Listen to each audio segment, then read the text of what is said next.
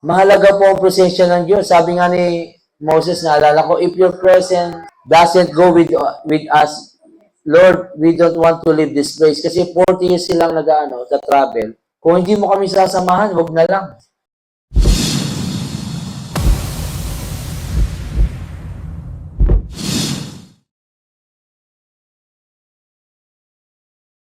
Ang ating topic po ngayon ay patungkol, last week sa kasigasigan, saan?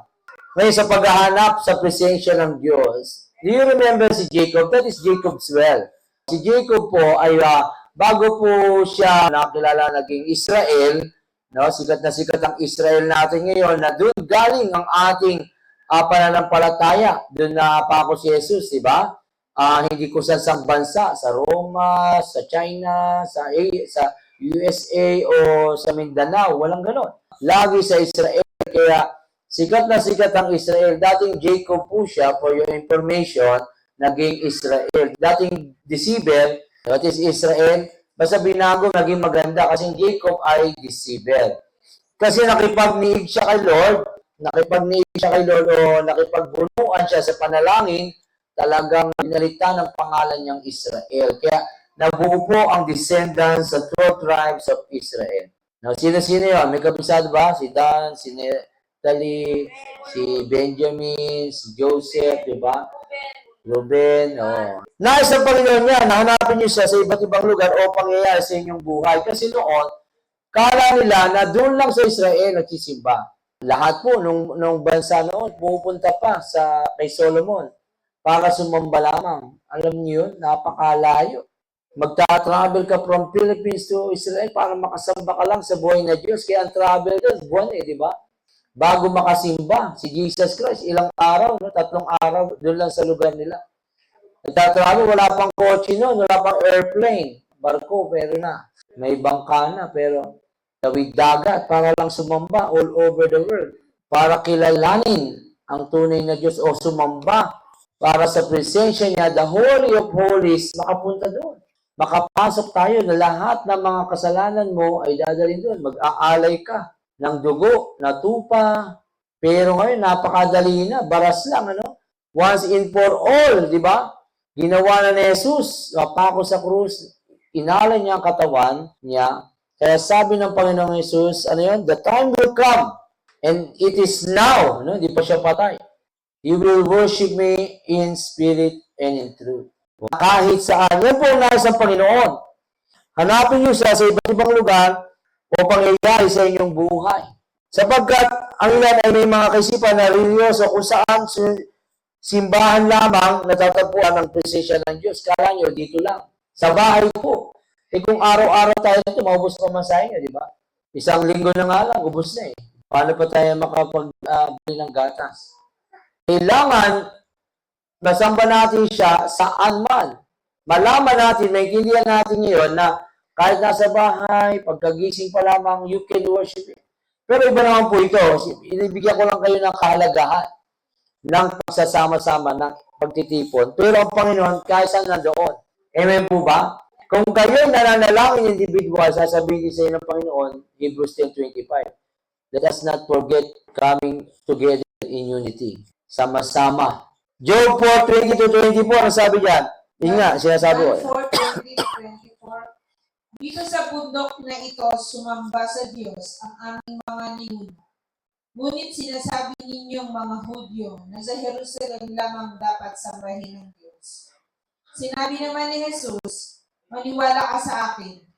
Darating ang panahon na sasambahin niyo ang Ama, hindi na sa bundok na ito o sa Jerusalem. Hindi niyo kilala ang inyong sinasamba, ngunit kilala namin ang aming sinasamba, sapagkat ang kaligtasan ay nagmumula sa mga Hudyo. Subalit, dumarating na ang panahon at ngayon na nga, na ang mga tunay na sumasamba sa Ama ay sasamba sa Kanya sa Espiritu at sa katotohanan. Kaya hindi namamalayan na ang Diyos ay naghihintay sa Kanya na sila'y kumakatok, sila ay lumapit, na sila ay kumatok, sila ay lumapit sa Panginoon tuwing nagkakaroon ng pagsubok. Labanan o kaya ay nasa ibang lugar, nasa trabaho, eskwelahan, nasa kamag-anak. God is a spirit. Kailangan sumasamba tayo anumang pangyayari sa ating buhay o anumang sitwasyon. Mahalaga po na sa bawat desisyon natin, pagsubok man, labanan man, nasa ibang lugar man, di ba? Wala kayo rito, eskwelahan man. Kumakatok po ang Panginoong Hesus, sabi sa Revelation 3:20. Listen, ano sabi diyan? Revelation 3:20. Tingnan mo, nakatayo ako at kumakatok sa pintuan. Kung dirinig naman ang aking tinig at bubuksan ng pinto, papasok ako at kakain akong kasalubong. Listen, no? Tingnan mo. Ang Panginoon naghahanap sa atin, kumakatok lagi sa ating mga puso. Gusto niya na pagbuksan. Siya po lagi nag-initiate sa atin eh. Siyang nauna. Yung stubborn love niya, lagi kayong inaabot tayo. Kaso nga ang tao ay lumalayo sa Diyos. Nasa Panginoon siya maging sentro sa bawat pinupuntahan, kinakausap. Ngunit ito'y nawawala sa ating isip ang paghahanap sa presensya ng Diyos. Tingnan nyo, tindi ni Jacob, ano? Naging Israel, nakipagbuno siya. Matindi yung ginawa niya. Ang tadyang, binalihan siya ng tadyang. No, nag-wrestle siya kay God hanggat mabaling tadyang niya hanggang daybreak. Kasi natin, umabot na ba sa ganun para lang nagpe-pray ka lang? Si Lord, matindi na, Jesus, ano? Umiyak ng dugo. As the deer panted for the water, so my soul, dapat ganun tayo kauhaw. Kung naiintindihan natin kung gaano kalaga, pinapalagahan natin ang pagsamba sa Kanya, ang Kanyang presensya. Mahalaga po ang presensya ng Diyos. Sabi nga ni Moses, naalala ko, if your presence doesn't go with us, Lord, we don't want to leave this place. Kasi 40 years silang nag-travel. Kung hindi mo kami sasamahan, wag na lang. Galatians 5:16-17, ang sabi? Galatians 5:16-17.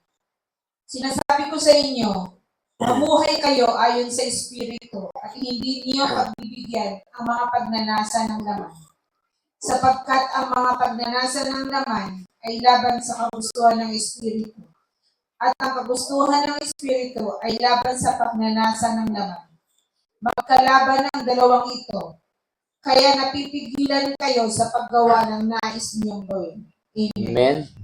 Ganun yun eh. God is a spirit. Kaya magkalaman ng laman ito at ang Spiritong binigay sa atin. Nadidisrupt tayo sa mga ganap ng mundo ito. Sa mga makalaman na bagay na kung saan nasasatisfy ang laman. Mga pag-ayos ng relasyon, di ba? Pag-aayos sa trabaho, pag-aayos sa pag-aaral. Madali tayong madistract ng mga pangyayaring yan. Na inuuna natin ang mga desisyon natin kaysa sa Espiritu ng Diyos. Nais sa Panginoon sa kalagitnaan ng mga ito, sa presensya ng Diyos, ang inuunang hanapin. Yan ang gusto ng Panginoon sa atin. God's way. Alam na natin yan, pero patuloy pa rin na natin ginagawa. Kaya sa tanghaling ito, nais ipalala sa atin ng Panginoon, anak, alam mo na ito, bakit ganyan ka pa din? Jeremiah 29:13. Jeremiah 29:13. Kapag hinahanap ninyo ako, ako'y inyong matatagpuan. Kung buong puso ninyo akong hahanapin. Hanapin. Sapagkat kapag tunay itong hinahanap, mapapadali at mapapaayos nito. Mapapabilis ang pag-ayos nito. Haste makes waste. Pag nagmamadali ka, lalo kang bumabaga. Kakamadali, madali. Wala man ang pag-iisip o pananalangin. Walang go signal ng Lord. Ito ang kalooban ng Diyos sa atin. Nalaman ng isang lingkod ng Diyos na ang kalooban ng Diyos kapag inuuna niya itong hanapin sa kalagitnaan ng mga problema. Ngunit, ang hinahanap ay direksyon muna, intervention ng pagbabago kagad. Ngunit, ang mismong source ay hindi kinakatagpo. Kaya nalulungkot ang Panginoon sa laman ng kanilang mga puso, seeking the gift, not the giver.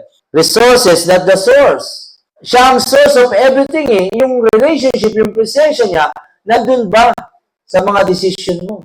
Kasi pagka hinanap mo ang presensya ng Diyos, lahat holy. Banal yung mga susundin mo, tama ba? Kalooban niya, talagang andun yung pagsama niya eh. Pero kabalbalan yung mga decision mo, sino sasamahan ka ng Diyos? Kahit anong praise the Lord mo dyan. Kung ang ginagawa mo ay walang pagsama ng Diyos, katulad ni Moses, wala sa salita ng Diyos, wala din yun. Tunay pa ding habag pa rin ng Panginoon at ito'y binibigay ngunit nade-delay ang kalooban ng Diyos dahil hindi una ang presensya ng Diyos na hinahanap natin. Matthew 6:33, ang sabi diyan, Mateo 6:33. Ngunit higit sa lahat, ay bigyang halaga ninyo ang kaharian ng Diyos at ang pamumuhay ng ayon sa kanyang kalooban. yes. At ibibigay niya sa inyo ang lahat ng mga bagay na ito. That's why it is not being added kasi you do not seek Him first or prioritize Him in your life. Kaya nadidilihan pa sa ayos ang buhay mo. Kumuha ka naman ng bato, pukpok sa ulo mo. Ang ayos-ayos ng buhay mo. Inaayos ng Diyos. Konting panahon lang naman. Ganun na naman buhay mo. Inuulit mo lang. History repeat itself. Hindi ba pwedeng matuto na tayo sa mga pagkakamali ng iba o natin? Nauulit lang nauulit. Ginagawa mo pa rin. Parang kang aso. Sinuka mo na. Kakainin mo pa rin. Yeah. Kaya nasa Panginoon siya ang unang mapabilis, mapaayos ang kalooban ng Diyos sa kanilang mga buhay. Kaya nagkakaroon ng kalungkutan o kabiguan dahil ang resulta ay sariling sarili. Resulta ng sariling desisyon. Hindi muna inilapit ang desisyon sa Panginoon at ginagawa agad. Sige, banat dito. Kulang sa prayer, hindi nahinom, nakita lang ng pogi. Hindi naman tapat, babaero, ang daming mga, ano gusto niyo, pogi o tapat? Bihira na lang po yung tapat. Mag-pray po kayo. Tapat po, syempre faithful. Wala sabit yun, syempre. Faithful nga eh. Ba't may sabit? Ba't sasabihin mo may sabit? Tapat nga eh. Pag faithful ka, tapat ka, hindi wala kasabit. Diba? Isa nga, stick to one. Ang Lord, talagang isa lang. Ang sinasabi ng Lord isa. Nagkamali tayo ng kahapon, itama na natin ngayon. Diba? Huwag na nating ulit-ulitin. Insanity, you're insane pag expecting great result but doing the past, parang paulit-ulit. Hindi muna nalalapit ang desisyon sa Panginoon at nalulungkot. Ephesians 4:30 yan sabi, Verso expecting 4:30. great result. At huwag ninyong saktan ang kalooban ng Espiritu Santo sapagkat siya ang lahat ng at tatak ng Diyos sa inyo, ang katibayan na kayo'y tutubusin pagdating ng takdang. Do not grieve the Holy Spirit. Nagigrieve sa inyo. Nagigrieve po. May damdamin din po ang Holy Spirit. Kaya hindi siya makakilos dahil nagigrieve ang Holy Spirit sa iyo. Kala mo sa Lord, ang dami dyan. Hindi ko mo maraming pera. Yung mga Muslim, hindi ko mo mga sila. Marami silang krudo, marami silang oil, okay na sila sa Lord. Hindi sila pwede dumirekta sa Ama. Mahirap nga makapasok isang mayaman doon sa kanyang kaharian. Madali pa nga isang kamelo pumasok sa butas ng karayo. Huwag silang pakampante. Hindi po marami silang pera, pasok na sila. Huwag kayong pakampante sa ganung mga Ay, pinagpana sila. Mayaman sila The Holy Spirit is grieving. Kahit sa mahirap o mayaman na hindi kinikilala ang banal na Espiritu. Nais sa silang Panginoon na maging laman ng ating puso o kanyang lingkod ay unahin ng Panginoon. Siya ang masunod. Ang presensya niya ang maging sinasabi ng Diyos. At makinig sa sinasabi ng Diyos. Makinig. Ang nangyayari ay unang pinapakinggan ang opinion ng tao. Yan, may chismis, may sabi, may narinig sa tao. Nagkakaroon ng kaguluhan tuloy. Bagamat pinapayuhan ang mabuting bagay o nakakatulong sa kanila, tao yun, pero tao pa rin siya. Ngunit nasa Panginoon, siya ang prioridad kahit nakapakinig ng ibang payo, mas unahin ang sinasabi ng Diyos. Kasi makikita mo, pangit ang nangyayari. Pero ano ba yung sinasabi ng Diyos? Naintindihan niyo po? Parang dry. Wala rito, mahirap dito, hindi ito asenso. Ano sabi ng tao? Lagi, walang dyan, walang kita dyan. Ako, pangit yan. Ganyan, sinasabi ng tao. Tao pa rin. O minsan, maganda sinasabi. Magaganda naman. Pero may best. We don't settle for less. Because God wants us the best. Amen? Lagi sinasabi lang na tao, nakikinig tayo, ganyan, mga payo. Pero, ano ba ang sinasabi ng Diyos? Ayun po mahalaga. Sa business, sa trabaho, sa negosyo, sa buhay mo. Ngunit, nagkukulang din ang iba sa paglalim sa salita ng Diyos. Ang problema po, nagkukulang sa salita ng Diyos, kaya hindi po lumalalim. Kasi pagka tayo po ay baba sa salita ng Diyos, nagko-confirman lahat yan. Na-align yung mga words, saan ba ako ministry ko, saan ba ang atin, talagang titiis ka. Pero sa lahat ng pagtitiis natin, nandun ang reward. Amen? Buhay mo ay lalago kung may pagtitiis. Ito may mga laki sa layaw, walang hirap. Anong buhay nila? Wala, yung isigo laki. Walang pagsubok, walang man lang nangyayari. Parang, wow, ang saya ng paglilingkod, maluwag lahat. Baka kaya maayos dahil kasama mo si Satanas. Baka kala mo okay lang lahat dahil okay. Hindi mo alam, wala palang bearing kay Satanas. Sige, gawin mo yan. Hindi naman yung pinapagawa ng Diyos mo. Gawin mo na para magwendang-wendang ang buhay mo. Gawin mo yan, bahala ka sa buhay mo. Yes, okay yan.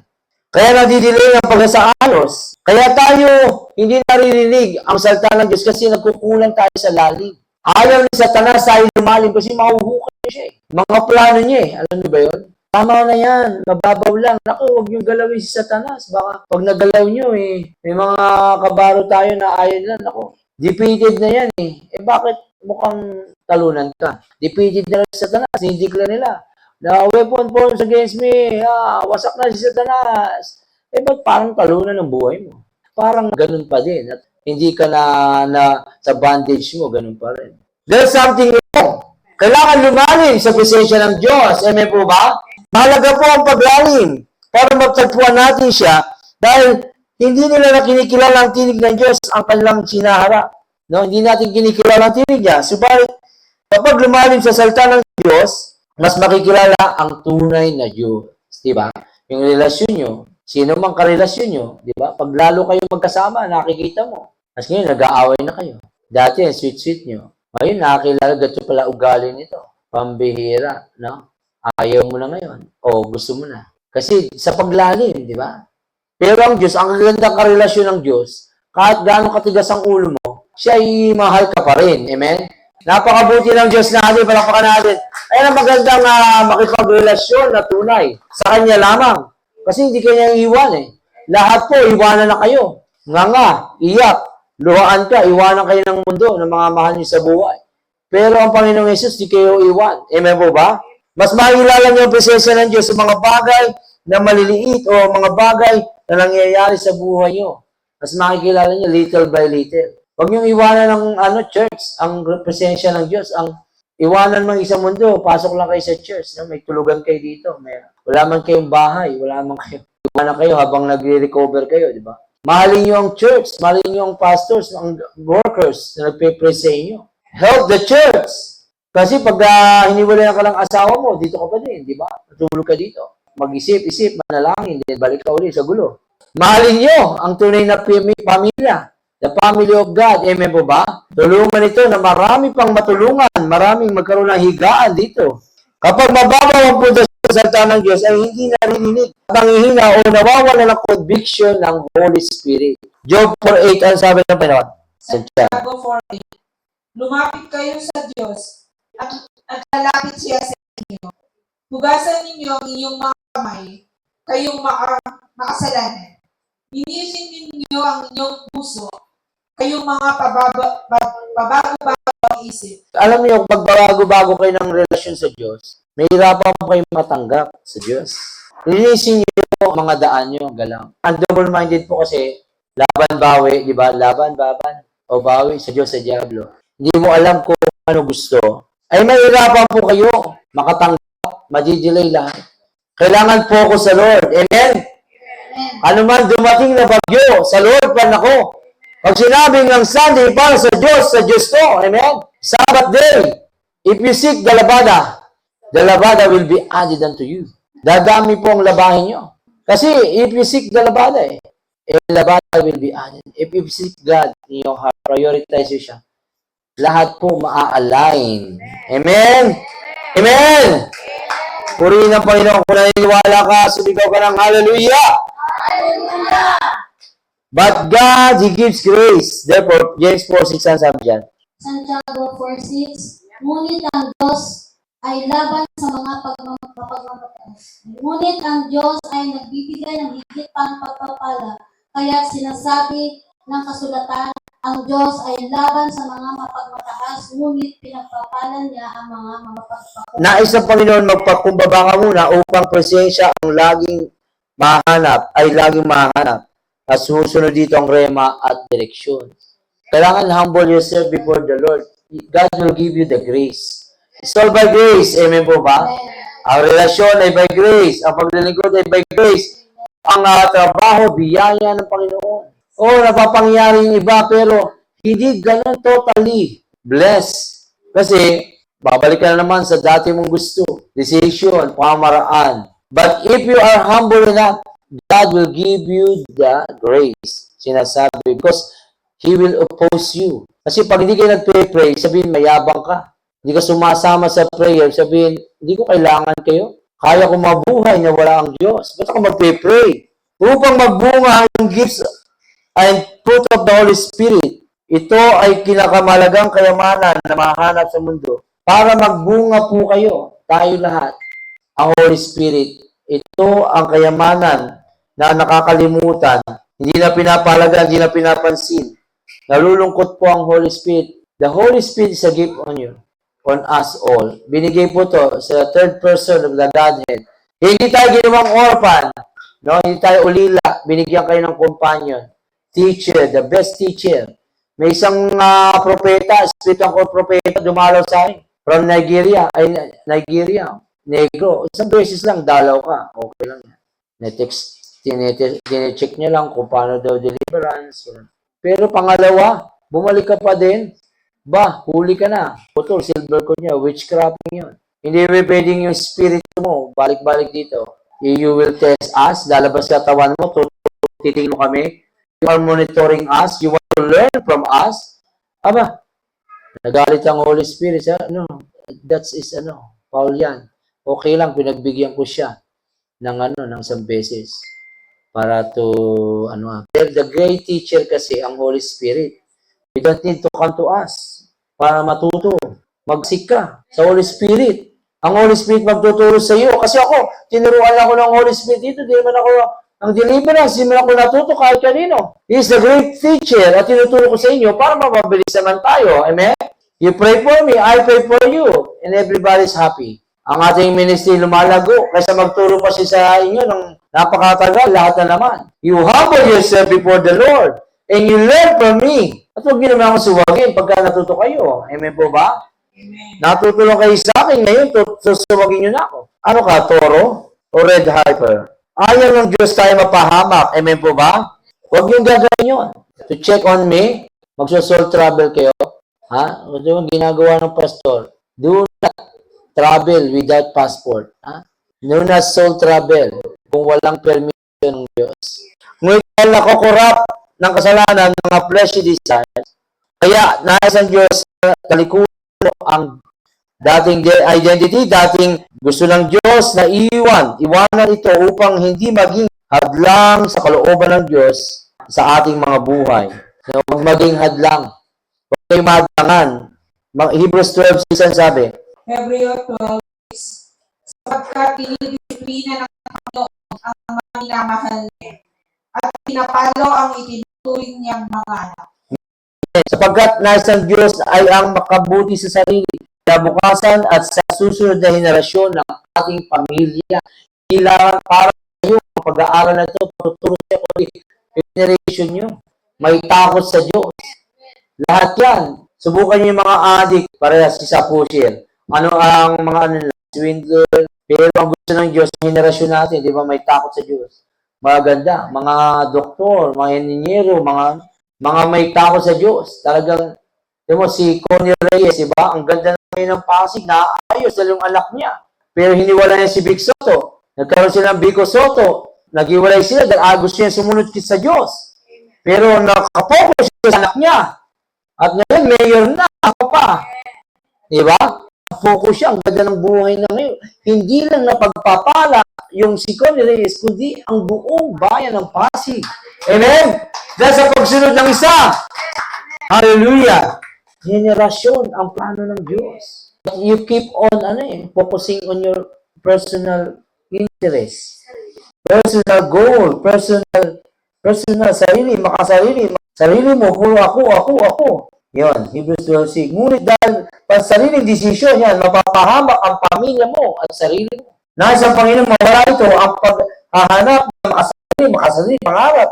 Pangarap mo. Ano bang pangarap ng Diyos sa iyo? Hindi pangarap mo. Ibinigay na ang Holy Spirit para may sagawa ang kalooban ng Diyos sa buhay mo. Andiyan na ang gift of the Holy Spirit. Para magpagtagumpayan mo ang lahat ng yan. Ano pa? Kailangan mo. Binigay na yan. Magtagumpay ka na dyan. Pinipilit mo lang. Kaya pray. Minsan nga, natitibig ako eh. O nga pala, may Holy Spirit ako. Kailangan, ano? Yung laman ay turuan, no? Lumabas ka. Inutusan ko. Kumain na kasi akong bayabas eh. Ang dami, sarap. Pinadala na ko ni Mare. Hindi ako nakapagpigil. Sunod-sunod, dapat isa-dalawa lang. Isa umaga.